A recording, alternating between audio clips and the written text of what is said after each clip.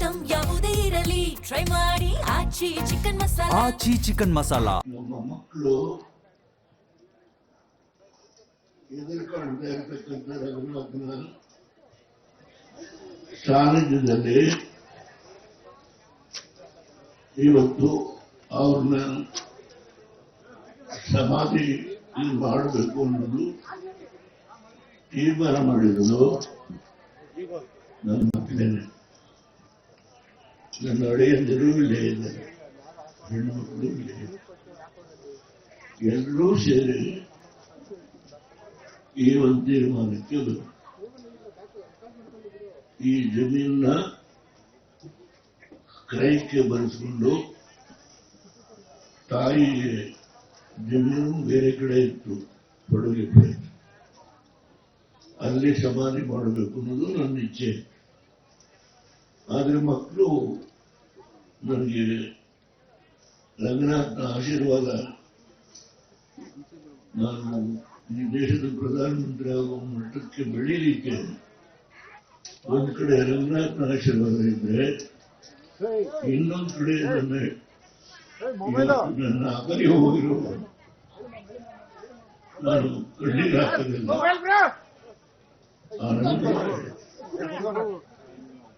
ನನ್ನ ಬಿಟ್ಟು ಹೋಗಿದ್ದಾರೆ, ಅವರು ಕಾರಣ. ಅದರಿಂದ ಏನು ನಮ್ಮ ಮಕ್ಕಳುಗಳು ಇಲ್ಲಿ ಮಾಡೋಣ, ನನಗೆ ರಂಗನಾಥನ ಆಶೀರ್ವಾದದಿಂದ ಈ ದೇಶದಲ್ಲಿ ಪ್ರಧಾನಮಂತ್ರಿ ಆಗುವ ಮಟ್ಟಕ್ಕೆ ಬೆಳೆದೆ. ಅದಕ್ಕೆ ನನ್ನ ಹೆಂಡತಿ ಪ್ರತಿ ಹಂತದಲ್ಲಿ ಚೆನ್ನವನ್ನು ನನಗೆ ಶಕ್ತಿ ತುಂಬಿದೆ. ಅಲ್ಲಿ ನಮ್ಮ ಮಕ್ಕಳೆಲ್ಲ ಇಲ್ಲೇ ಮಾಡಬೇಕು ಅಂತ ತೀರ್ಮಾನ ಮಾಡಿದ್ರು. ಆಯ್ತು, ನನ್ನ ಸ್ನೇಹಿತರು ಒಬ್ಬರಿದ್ದಾರೆ, ಅವ್ರ ಹತ್ರ ಹೇಳಬೇಕು ಬಿಡಬೇಕು ಗೊತ್ತಿಲ್ಲ ನನಗೆ. ಡಾಕ್ಟರ್ ಕೃಷ್ಣ, ಇವರೆಲ್ಲ ಸೇರಿ ನಮ್ಮ ಹಳ್ಳಿಯಿದ್ದರು ಅದೆಲ್ಲ ಹೆಣ್ಮಕ್ಳು ಎಲ್ಲ ಲೆಕ್ಕಾಚಾರ ಮಾಡಿ ಇಲ್ಲಿ ಮಾಡೋದು ತೀರ್ಮಾನ ಮಾಡಿದ್ರು. ಮಳೆ ಬರುತ್ತೆ ಅಂತ ಬಹಳ ಜನ ಅಭಿಪ್ರಾಯ. ನಾನು ನನ್ನ ಪಕ್ಕದಲ್ಲಿ ಕೂತರು ಹಿರಿಯ ರಾಜಕಾರಣಿಗಳು ಎಳ್ಳಷ್ಟು ತೊಂದರೆ ಆಗಲ್ಲ, ಅಲ್ಲಿ ಬೆಟ್ಟದ ಮೇಲೆ ನಮ್ಮನ್ನ ಸದಾ ಆಶೀರ್ವಾದ ಮಾಡ್ಕೊಂಡು ಬಂದಿರ್ತಕ್ಕಂಥ ರಂಗನಾಥನ ನನಗೆ ರಾಜಕೀಯ ಬೆಳವಣಿಗೆಗೆ ಶಕ್ತಿ ಕೊಟ್ಟರು. ನಮ್ಮೂರಿನ ನಮ್ಮ ಕುಲದೇವರು ಶೃಂಗೇರಿ ಜಗದ್ಗುರುಗಳ ಬಂದು ಬಸವೇಶ್ವರ ಅನ್ನೋ ಹೆಸರಿನ ರಾಜಗೋಪುರ, ಅದನ್ನೆಲ್ಲ 5 ಕಳಶ 5 ಪ್ರಧಾನ ಒಂದು ಕಳಶ ಶೃಂಗೇರಿ ಜಗದ್ಗುರುಗಳು ಭಾರತೀಯ ತೀರ್ಥ ಸ್ವಾಮಿಗಳವರು ಎಲ್ಲ ನೆರವೇರಿಸಿ, ಅದು ನಮ್ಮ ವಂಶ ಪಾರಂಪರ್ಯವಾಗಿ ನಾವು ಪೂಜೆ ಮಾಡ್ಕೊಂಡು ಬಂದಿಲ್ಲ. ಅದರಿಂದ ಅಲ್ಲಿ ಒಂದು 15 ದಿವಸದ 2ನೇ ಬೀದಿದೆ. ಆ ಹಿನ್ನೆಲೆಯಲ್ಲಿ ನಾನು ರಾಜಕೀಯದಲ್ಲಿ ಬೆಳೆದಿದ್ದೀನಿ. ಅದಕ್ಕೆ ನನ್ನ ಒಂದು ಕಡೆ ರಂಗನಾಥ, ಒಂದು ಕಡೆ ನನ್ನ ಕುಲದೇವರು ದೇವೇಶ್ವರ ಅಂತ ಹೆಸರಿಟ್ಟಿದ್ದಾರೆ, ಒಂದು ಕಡೆ ಆಂಜನೇಯ. ಈ ಹಿನ್ನೆಲೆಯಲ್ಲೇ ಬೆಳೆದಿರೋದು. ಅದಕ್ಕೆ ನನ್ನ ಕುಟುಂಬದ ಎಲ್ಲರೂ, ನಮ್ಮ ಹೆಣ್ಮಕ್ಳು ಜೊತೆ ಎಲ್ಲರೂ ನನ್ನ ಬೆಳವಣಿಗೆಗೆ ಒಂದಲ್ಲ ಒಂದು ರೀತಿ ಸಹಕಾರ ಕೊಟ್ಟಿದ್ದಾರೆ. ಇದಕ್ಕೆಲ್ಲ ನನ್ನ ಹೆಂಡತಿ ಅನ್ನಪೂರ್ಣ ಅಂತ ಹೇಳಿ ನಾನು ಉತ್ಪ್ರೇಕ್ಷೆಯಿಂದ ಮಾತನಾಡಿದೆ. ಅವರ ನಡೆದುಕೊಂಡು ನನ್ನ ರಾಜಕೀಯ ಬೆಳವಣಿಗೆ ಆಗಿದೆ. ನಾನು ನಗರದ ಕಳಿಸಿ ನಗರದಿಂದ ಅವ್ರನ್ನ ಸ್ವಾಮಿಯ ಸಾನ್ನಿಧ್ಯಕ್ಕೆ ಬಿಡು ಅವರನ್ನು ಕಳಿಸ್ಕೊಡ್ತೇನೆ. ಈ ಹಿನ್ನೆಲೆಯಲ್ಲಿ ಇವತ್ತು 4 ಮಕ್ಕಳುಗಳು, 2 ಹೆಣ್ಣು ಮಕ್ಕಳು ನೀವು ಪೂಜೆ ಮಾಡಿ ಅಂತ ಹೇಳಿದ್ರು. ಉದ್ದೇಶ ಇತ್ತು. ನಾನು ಪುಣೆ ಮಾಡಿದ್ದು ನನ್ನ ಬೆಳವಣಿಗೆ ಹೇಗೆ ಅವರು ಪ್ರತಿ ಹಂತದಲ್ಲಿ ಅವರ ಚಿಕ್ಕ ಮಕ್ಕಳುಗಳು ಯಾರು ಹುಟ್ಟಿದ್ರು ಯಾರು ಹುಟ್ಟಿದ್ದಿಲ್ಲ, ಹೇಗೆ ಅವರು ನನ್ನ ಎತ್ಕೊಂಡು ಬಂದು ಅದು ವಿಶ್ಲೇಷಣೆ ಮಾಡೋದು ಬಹಳ ಕಷ್ಟ. ಅದೊಂದು ಆನಂದವ ಕೆಲಸ. ಅದರಿಂದ ನಾನು 4 ಮಕ್ಕಳು ಮಾಡಿ ಅಂತ ಹೇಳಿದ್ರೆ, 1 ಮಕ್ಕಳು ಮಾಡಿ ಅಂತ ಹೇಳಿದ್ರೆ, ನನ್ನ ಕೊನೆ ಮಾಡಿದೆ. ನೀವೆಲ್ಲ ಚೆನ್ನಾಗಿ ಆ ಈಶ್ವರನ, ವಿಷ್ಣುವನ ಮೃತ್ಯುಂಜಯನೆಲ್ಲ ಪ್ರಾರ್ಥನೆ ಮಾಡಿದ್ರೆ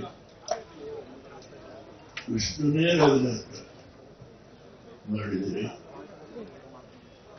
ತುಂಬಾ ಸಂತೋಷ. ನಮ್ಮ ಗುರುಗಳು ಕಳೆದ 5 ವರ್ಷದಿಂದ ಪ್ರತಿ ಮಂಗಳವಾರ ನರಸಿಂಹನಿಗೆ, ಲಕ್ಷ್ಮೀ ನರಸಿಂಹನಿಗೆ, ವೆಂಕಟೇಶ್ವರನಿಗೆ, ಲಕ್ಷ್ಮಿಗೆ, ಗರುಡನಿಗೆ ಪ್ರತಿ ಮಂಗಳವಾರ ಪೂಜೆ ಮಾಡಿ ಮನೆಗೆ ತೀರ್ಥ ಕಳಿಸಿ, ಪ್ರಸಾದ ಕಳಿಸಿ. ಅವರ ಸಾನ್ನಿಧ್ಯದಲ್ಲಿ ಇವತ್ತೆಲ್ಲ ನಡೆದಿದೆ. ಆಮೇಲೆ ನಮ್ಮ ಮಹೇಶ್ ಶರ್ಮಾ ಪ್ರತಿ ಹಂತದಲ್ಲಿ ಅವರು ಎಲ್ಲ ಕಾರ್ಯಕ್ರಮಗಳೇ ನಮ್ಮ ಕುಟುಂಬಕ್ಕೆ ಶ್ರೇಯಸ್ಸನ್ನ ಅವರು ಬರ್ತಕ್ಕಂಥದಕ್ಕೆ ಪೂಜೆ ಒಂದ್ ಕಡೆ, ಇದು ನಮ್ಮ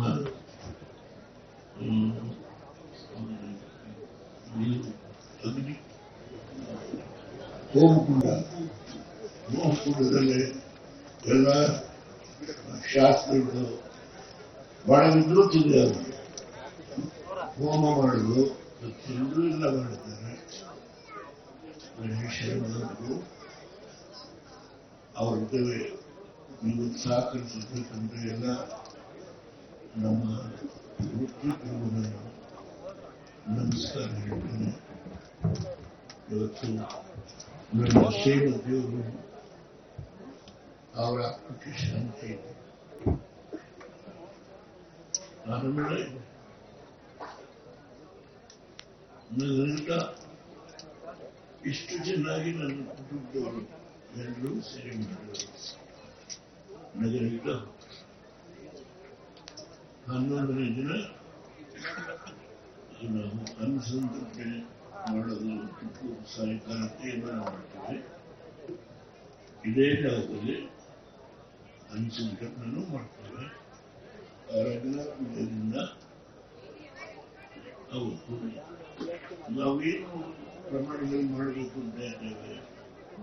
ಮಳೆ ಪ್ರಕೃತಿ ನಮಗೆ ಸಹಕಾರ ಕೊಡಬೇಕು. ರಘುನಾಥನ ವಿಗ್ರಹ ಆ ನಂಬಿಕೆ ನನಗೆ ಅದನ್ನು ತೀರ್ಮಾನ ಮಾಡಿದ್ರು. ಇಷ್ಟು ಹೇಳಲಿಕ್ಕೆ ನೀವು ವೃತ್ತಿಕರು, ಗುರುಗಳು, ಮಹೇಶ್ ಅವರು, ನೀವುಗಳು ಇಲ್ಲಿ ನಡೆದಿರ್ತಕ್ಕಂಥ ಎಲ್ಲ ನಮ್ಮ ಅಭಿಮಾನಿಗಳು. ನಾವೆಲ್ಲರಿಗೂ ನನ್ನ ಕುಟುಂಬದ ನಾಯಕರು ಒಳ್ಳೆಯದಿರುತ್ತಾರೆ. ಅವರು ನನ್ನ ಹೆಂಡತಿ ಆರೋಗ್ಯಕ್ಕೆ ಯಾವ ಸಂದರ್ಭದಲ್ಲಿ ಏನೇನು ಮಾಡಿದ್ದಾರೆ ಅದೆಲ್ಲವೂ ನಾನು ಕೇಳ್ತೀನಿ. ಆದ್ರಿಂದ ಯಾರಲ್ಲೂ ಕಿಂಚಿತ್ತೂ ಕೂಡ ಇವತ್ತು ನಾನು ಪರೀಕ್ಷೆ ಮಾತಾಡೋದ್ರಲ್ಲಿ ಎಲ್ಲರೂ ಕಾರಣ. ಅದರ ಆನಂದವಾಗಿ ಇದು ನನ್ನ ಹಿರಿಯ ಮಗ ರಮೇಶು ಮುಂದಿನ ಕಾರ್ಯಕ್ರಮ ಏನು ಮಾಡಬೇಕು ಅದನ್ನು ಮಾಡಿಸಿ ಅಂತೇಳಿ ನಿಮ್ಮಲ್ಲಿ ಪ್ರಾರ್ಥನೆ